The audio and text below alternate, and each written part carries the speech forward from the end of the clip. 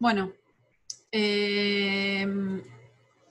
estábamos con este tema de la contextualización, ¿sí? Muy a diferencia de, o sea, ya a esta altura son incomparables, ¿no? Las propuestas de Saussure y de Peirce, muy a diferencia de lo que planteaba Saussure, que de todo el contexto no importaba en absoluto, acá sí importa, porque como les decía antes, en este momento, acá en Argentina, o sea, acá en Argentina en cualquier momento lo que es símbolo, ¿sí? Entonces, hacer una lectura de otro tipo sería equivocado. A ver, ¿y por qué el pañuelo verde no podría ser índice? Bueno, a ver, entonces, ahí vemos el tema de la contextualización, ¿sí? Vamos a ver en dónde aparece el pañuelo verde. El pañuelo verde aparece en un libro de historia, el pañuelo verde aparece en un kiosco de revistas en mi barrio, venden los pañuelos. Genial. Ay, Dios. En mi barrio venden los pañuelos verdes, los pañuelos de todos los colores, porque vieron que además ahora el pañuelo ya se convirtió en lo que se convirtió en los kioscos de revista. Entonces, la diferencia entre un pañuelo verde en un libro de historia, un pañuelo verde en el kiosco de revista, que además bueno, te lo cobran como si fuera... Y el pañuelo verde en la mano de una militante en una marcha del 8M, por ejemplo. ¿Sí? Si nosotros pensamos en esos tres contextos distintos y como decía antes, a priori, y como además el interpretante es histórico, a priori no podemos decir si una figura es icono, índice o símbolo. ¿Sí? Si fuera de contexto no lo podemos decir. Sobre el pañuelo verde en concreto y ante la pregunta yo diría, bueno, la primera lectura es símbolo, más allá de cualquier cosa, es símbolo. ¿Sí?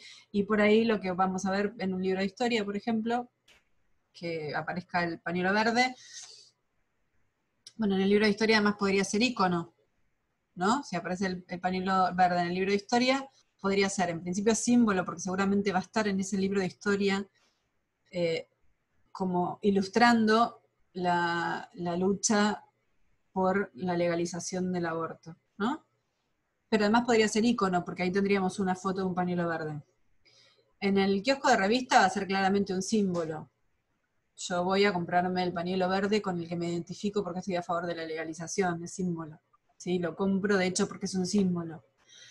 Y luego, si estoy en la marcha y veo a alguien con el pañuelo verde en la mano, bueno, lo que puedo pensar es, lo puedo pensar como índice porque eso me estaría dando cuenta de que la persona que lo tiene en la mano está a favor de la lucha por la legalización. A mí esa lectura es la que me parece más agarrada de los pelos. Yo estoy más, eh, digamos, me parece que el concepto de índice en Peirce cierra más cuando habla de índices naturales, pero bueno, sí, así como hay era una cruz verde en una puerta de un negocio y eso me funciona como índice porque abajo de esa cruz verde tengo una farmacia, bueno, sí, si alguien tiene un pañuelo verde en la mochila, por ahí el ejemplo más, el que más me resultaría apropiado es el pañuelo verde en la mochila o en la muñeca, ¿no? Como un índice de que la persona que tiene el pañuelo en la mochila o en la muñeca está a favor de la lucha o está a favor de la legalización, ¿no? Del aborto. Entonces, la respuesta a varias de las preguntas que me hicieron antes, ¿la misma figura puede ser icono, índice y símbolo? Sí. Tenemos que tener en cuenta el contexto y tenemos que tener en cuenta qué es lo que predomina en un análisis, insisto. ¿Por qué? Si estamos hablando del pañuelo verde y lo único que me dicen es que es un índice o que es un icono, y la verdad podrían ser en algunos contextos, sí, pero la verdad es que el pañuelo verde es un símbolo, es el símbolo, ¿sí? O sea, tanto que generó otros símbolos, o sea, el pañuelo celeste vino como respuesta al pañuelo verde, también desde lo simbólico, ¿sí? Entonces me parece que está claro cuál es la lectura que predomina. Después, en un determinado contexto, si se lo puede considerar índice, y si después en otro determinado contexto, si además se lo puede considerar icono, y bueno, también, ¿sí? Pero fundamentalmente símbolo. Y esta idea también tener en cuenta de que el interpretante es histórico, ¿sí? Entonces, hoy es un símbolo, y es un símbolo re fuerte, y es un símbolo del que me parece que nadie podría hacerse el desentendido. Insisto, que después estemos de acuerdo o no estemos de acuerdo es otra discusión. En este momento nadie podría hacerse el desentendido, ¿sí? Profe. Sí. Y pasa lo mismo con las señales de tránsito, porque yo las tengo como ejemplo en símbolo, pero por ejemplo, si hay una señal de tránsito de un hombre construyendo, se parece también a un icono por su Bueno, semejanza. para un cachito que quiero terminar la idea anterior, esto te contesto. Esta cuestión de que el interpretante es histórico. Si yo veo hoy una esvástica, esta esvástica, la que es bien como recta, ¿sí? No sé si me están viendo, ¿no?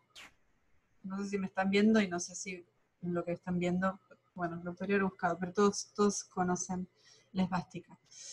Entonces, si yo digo, bueno, ¿cómo analizaríamos esta figura? Y alguien me dice, es un icono de una cruz.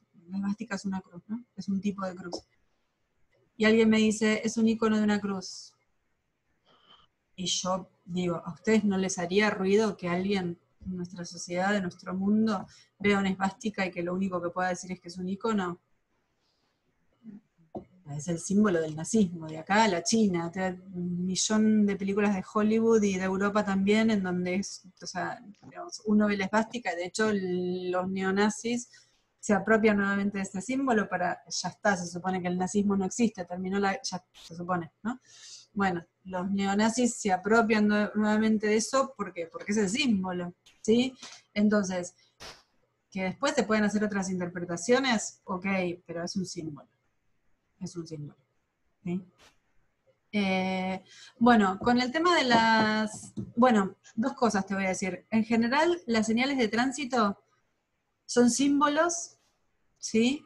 Porque hay una cosa recontra convencional de que un redondel rojo tachado signifique prohibido. Eso lo tenemos tan incorporado que nos parece que es un universal o que nos parece imposible pensar que eso no pudiera ser prohibido, ¿no? Pero es una convención, qué sé yo. No sé, cuando empezaron a construirse, incluso es de esas convenciones raras porque es bastante universal, ¿no? Pero bueno, tiene una explicación. Pero es absolutamente simbólico, ¿no? Que una E tachada signifique prohibido estacionar, o sea, es del plano del símbolo absoluto, ¿sí? Ahora bien, Sí. también pasa esto, que tenemos que poner el contexto. Si yo estoy estudiando, preparando el parcial, el parcial no, ¿cómo se llama? El examen para sacar el registro de conducir y tengo en el librito que me dan todos los símbolos esos, ahí, o sea, todas esas figuras van a ser símbolos, claramente van a ser símbolos. Ahora, si yo tengo esa señal eh, en, en una curva, o sea, si, no sé, 1 kilómetro antes de una curva tengo una señal que indica una curva, y ahí también lo podría considerar un índice, porque hay una relación de continuidad bueno, incluso el cartel de permitido estacionar.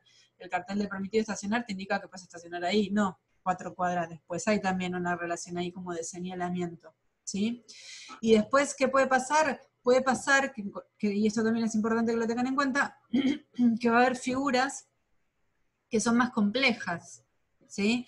El pañuelo verde, bueno, ya está, ese es el pañuelo verde, pero si apareciera el pañuelo verde dentro de un símbolo de tachado, por ejemplo, rojo, el coso rojo tachado, y ahí, bueno, tendríamos la combinación como de los dos símbolos, del pañuelo y del símbolo del prohibido, ¿sí? Ahora, perdón, si tenemos, está bueno que hayas hecho esta pregunta, de hecho me olvidé de comentárselo a los chicos de la comisión anterior. Necesito bajar a buscar un documento, me van a perdonar, pero necesito bajar porque es un documento que estoy esperando y va a llegar en algún momento. Corto y en 2 minutos me vuelvo a conectar, ¿sí? Discúlpenme, chicos. No pasa nada, profe.